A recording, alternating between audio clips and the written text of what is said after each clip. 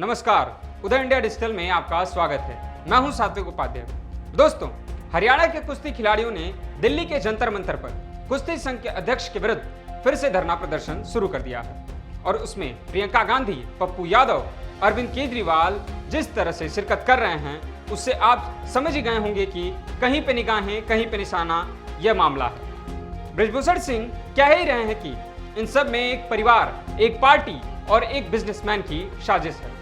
Supreme court के आदेश पर FIR हो ही गया है और सिंह उसका स्वागत भी कर रहे हैं। अब इसमें सोचिए कि सेक्सुअल हरासमेंट जैसे घृणित आरोप लगाने के बाद भी सिंह इतने आराम से कैसे दिख रहे हैं। वो इसलिए कि इसमें खेल ही दूसरा है।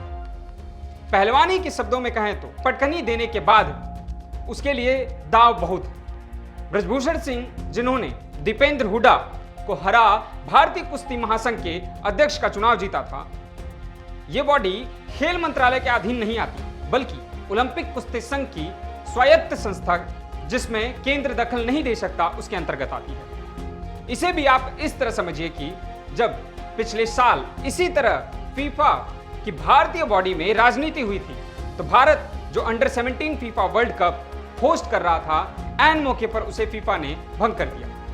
मामला सुप्रीम कोर्ट में भी था तो आनन फानन में इसे ठीक किया गया और भारत में वर्ल्ड कप हुआ। बृजभूषण सिंह भी इसी तरह 2011 में पहली बार अध्यक्ष का चुनाव जीते, जिसका कार्यकाल 4 साल का होता। उसके बाद ये लगातार चुनाव जीतते आ रहे हैं। इस साल उनका कार्यकाल पूरा होगा और फिर चुनाव होगा। तो फिर इतने साल अध्यक्ष रहने वाले पर जब इतने साल भरोसा किया गया तो अब अचानक सेक्सुअल हरासमेंट के चार्जेस क्यों?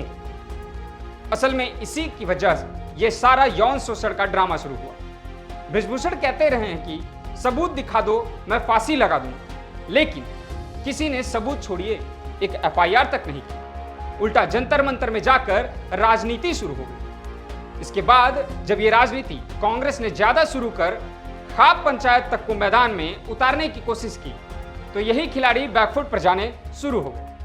ये बार बार कहने लगे कि इस पर कांग्रेस राजनीति न करे। वामपंथी तो वहां मंच तक इनके पास पहुंच गए तो उन्हें मंच से ही खिलाड़ियों ने भगा दिया। खिलाड़ियों का भी यह है कि हरियाणा के पहलवान कुश्ती को अपनी बपौती समझते हैं। उन्हें नहीं पसंद कि यूपी का कोई कुश्ती का अध्यक्ष हो और निर्णय ले। बृजभूषण ने भी साफ कहा कि ये लोग इस घमंड में रहते हैं कि ये नेशनल नहीं खेलते, सीधा इंटरनेशनल खेलने की कहते हैं। जब बृजभूषण ने यह नियम बनाया कि खिलाड़ी नेशनल पेयर से खेलेगा और जीतेगा तो ही इंटरनेशनल यानी कि अंतर्राष्ट्रीय खेलों में भेजा जाएगा तो ये उनके घमंड को पसंद नहीं आया।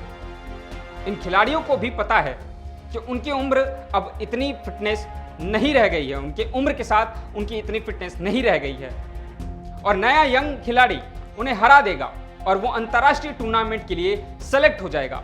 इसलिए भी ये ड्रामा किया जा रहा है। इसके अलावा एक एंगल इसमें स्पॉन्सर्स का भी है, जिसमें भी एक हरियाणा का व्यापारी जो स्वदेशी के दम पर बड़ा बना हुआ है वो इसके पीछे है। खिलाड़ी और वो चाहते हैं कि दोनों का डायरेक्ट एक दूसरे से संपर्क हो, लेकिन बृजभूषण का कहना था कि जो भी स्पॉन्सरशिप होगी वो कुश्ती संघ की होगी और वो निर्णय लेगा कि किस खिलाड़ी को कौन स्पॉन्सर करेगा।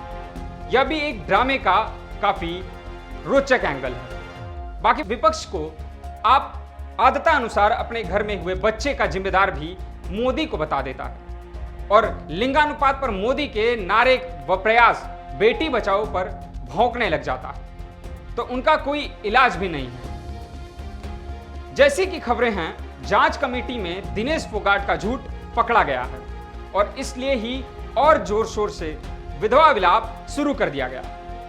वैसे भी आजकल ट्रेंड बन चुका है कि आप कोई सही बात भी करें और सामने महिला हो तो आपको गलत ही ठहरा दिया जाएगा। बता दें कि महिला विरोधी, मिसोजिनिस्ट और न जाने क्या क्या आपको बना दिया जाएगा। हालांकि ये सब कर नुकसान महिलाओं का ही है, क्योंकि ऐसी हरकत पर विश्वास खोने का काम कर रही है। दोस्तों, आज के लिए बस इतना ही। और भी रोचक खबर के लिए देखते रहें उदय इंडिया डिजिटल को।